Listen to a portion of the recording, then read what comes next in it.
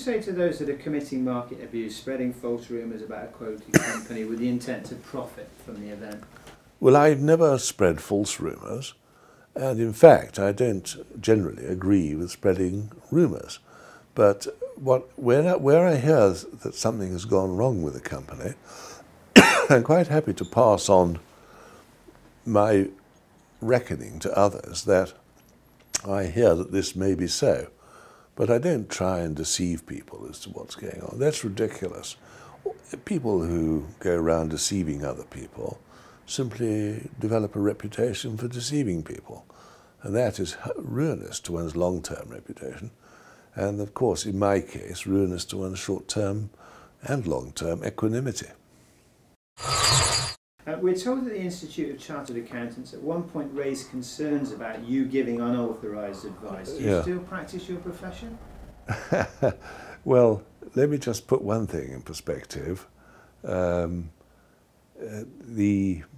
Institute took it upon themselves to go through a series of possible charges against myself for breaches of the Financial Services Act 1986. And these charges struck me as preposterous. They claimed, and no doubt because of the way they are, they would still claim that these charges were just. But they were ridiculous. For instance, one of them was a case where, in broad terms, I had changed someone's £5,000 into £500,000, and that was a breach of the law. And I thought this was pretty mysterious.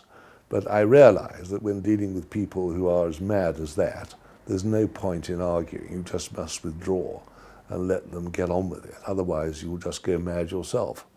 I paid them £35,000 to bring matters to an end, but I'm quite certain that if I had persisted in arguing against them, and a lawyer in my family said they had a very weak case, the whole thing was a fabrication, that could easily have cost me £250,000, in fact, possibly even more, none of which would have been tax deductible. So I made the decision that it would be far more sensible to leave the Institute instantly rather than put up with this tosh any longer. And I've never regretted that decision. Actually, I think it's disgraceful that they behaved the way they did, but there's nothing I can do about it. They were the relevant force in the land, and I got deeply unjustly treated.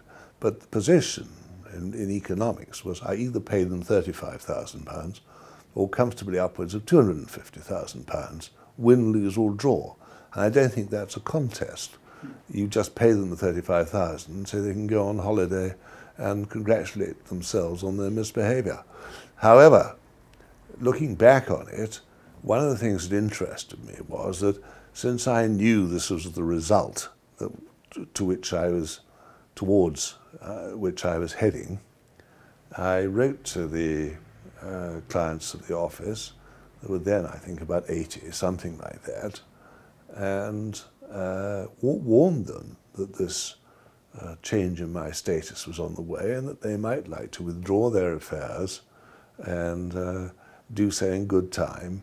And I did this knowing that I had properly informed them of the changed circumstances in which they, the clients, to whom I thought, and I still think, I owed a duty of care.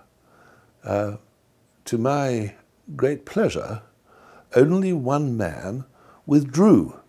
And my wife is a bit upset about it at the time, but I said to her, well, I can see why you're upset about that, but the fact of the matter remains that this chap has been sailing close to the wind for as long as we've known him. It was about 15, 20 years. And I said, one day this chap will get into trouble. And when he does, we'll get caught up in it, despite our having warned him time and again, do not do this because it will cause trouble. So I said, we're well rid of this chap and regard ourselves as having had a merciful relief. And in fact, nobody else withdrew their affairs. I think the Institute of Chartered Accountants often has a very high opinion of the significance of its members. And you could see that they're rather silly people. They talk about brand, the brand of a chartered accountant, as if common sense is a brand, or reasonable behaviour is a brand, or good judgment is a brand, or sense of understanding of people and families is something you brand people with. Well, those are the sort of fools who've been running the Institute of Chartered Accountants in recent years, and I suspect the time is coming, it's not so far off, when the Institute will be seen for what I increasingly think it is, which is an irrelevance to human society. Many of the tasks that are undertaken by chartered accountants nowadays are undertaken by others under different regulatory regimes and other circumstances. And I think society will increasingly wonder what it is that they're asked to pay for. As you know, some of the bills sent out by so-called wise chartered accountants are eye-wateringly silly, and I don't know why people put up with it, but they do.